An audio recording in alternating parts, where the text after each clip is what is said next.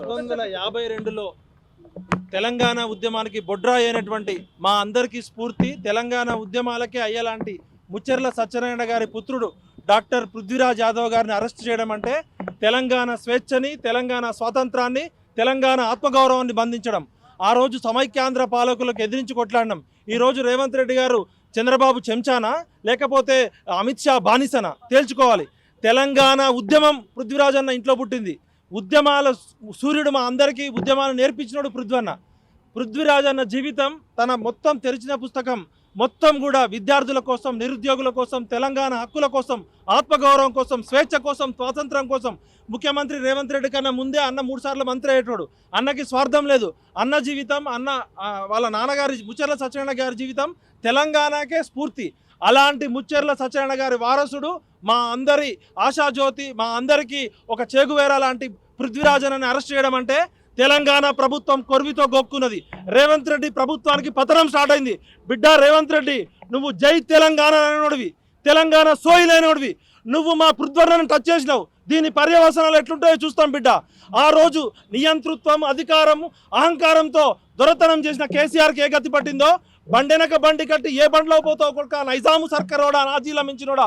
రేవంత్ రెడ్డి, నీ మొత్తం 4 కోట్ల ప్రజలు ఇవాళ బాధపడుతున్నారు.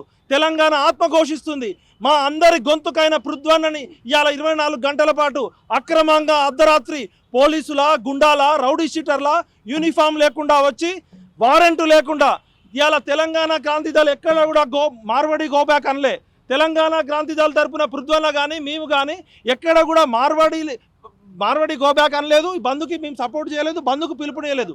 ఉస్మానియా విద్యార్థులు ఇచ్చిన బంధుకి మాకు ఎటువంటి ప్రత్యక్ష పరోక్ష సంబంధం లేకపోయినా కూడా అర్ధరాత్రి గుండాలాగా వచ్చి కుటుంబ సభ్యులను ఇబ్బంది పెట్టి 10 నిమిషాల్లో తీసుకొస్తామని చెప్పి రకరకాల పోలీస్ స్టేషన్లు తిప్పుతూ దాదాపు 24 గంటలైంది. రేవంత్ రెడ్డి గారు మా పృథ్వన్న చేసిన తప్పేంటి అంటే, మార్వాడి మాఫియా ఇచ్చిన సంచీలకు అమ్ముడు పోయిన పార్టీలు ఇవి. ఇవాళ ఒక జాతీయ పార్టీ ఏమంటుంది, బాధితుల పక్షాన పృథ్వన్న నిలబడితే బాధితులకి అండగా నిలబడ్డ పృథ్వన్నను అరెస్ట్ చేసింది. తెలంగాణ సమాజాన్ని తాగుబోతులన్న జిగ్నేష్ దోషిని ఇంతవరకు ఎటువంటి అరెస్ట్ చేయలేదు. దళితుల మీద దాడి చేసిన మార్వాడీలను అరెస్ట్ చేయలేదు. యాదవుల మీద దాడి చేసిన మార్వాడీలను అరెస్ట్ చేయలేదు. మా ముదిరాజులని దాడి చేసిన వాళ్ళని మార్వాడీలను అరెస్ట్ చేయలేదు. కానీ ప్రశ్నించే గొంతులను అరెస్ట్ చేస్తుంది. కాబట్టి ఇలా తెలంగాణలో రాజకీయ పార్టీలు లేవు. అన్నీ కూడా మార్వాడి మాఫియా విసిరేసే ఎంగిలి మెతుకులకు ఆశపడ్డ బానిసలు వీళ్ళు, బానిస కొడుకులు వీళ్ళు. ఈ రాజకీయ పార్టీలు మార్వాడి రాజకీయ పార్టీలు. తెలంగాణ ప్రజల ఓట్లు కావాలా, మార్వాడీల నోట్లు కావాలా అంటే అన్ని రాజకీయ పార్టీలు, ఇలా కాంగ్రెస్ కానీ, బీజేపీ కానీ, బీఆర్ఎస్ కానీ మాకు మార్వాడీల నోట్లు కావాలని స్పష్టంగా చెప్పింది. తెలంగాణ ప్రజలారా మేల్కోండి. ప్రాంతం వాడు దోషం చేస్తే ప్రాంతంలోనే పాత్ర పెడతాం, ప్రాంతేతరుడు దోషం చేస్తే ప్రాంతం నుంచి తరిమి కొడతాం. ఇది అసలు సిసలు తెలంగాణ ఉద్యమం. అది రాజకీయ ఉద్యమం. చంద్రబాబు నాయుడు పై చంద్రశేఖరరావు పై రేవంత్ రెడ్డి వచ్చింది. వాళ్ళ రాజకీయ నాయకులకు పదవులు వచ్చినాయి. ఇవాళ 4 కోట్ల తెలంగాణ భూమిపుత్రులకి స్వేచ్ఛ, స్వాతంత్రము, ఉపాధి, మేము జీవనోపాధుల కోసం. తెలంగాణ అంటేనే పృథ్వన్న తెలుగు, ఉర్దూ, కన్నడ, మరాఠీ కలయిక అని చెప్పిండు.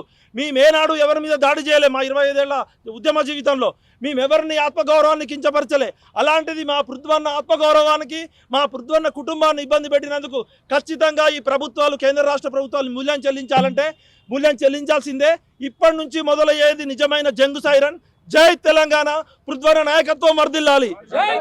ముచ్చెర్ల సత్యనారాయణ గారి ఆశయాలని, ముచ్చెర్ల సత్యనారాయణ గారి ఆశయాలు.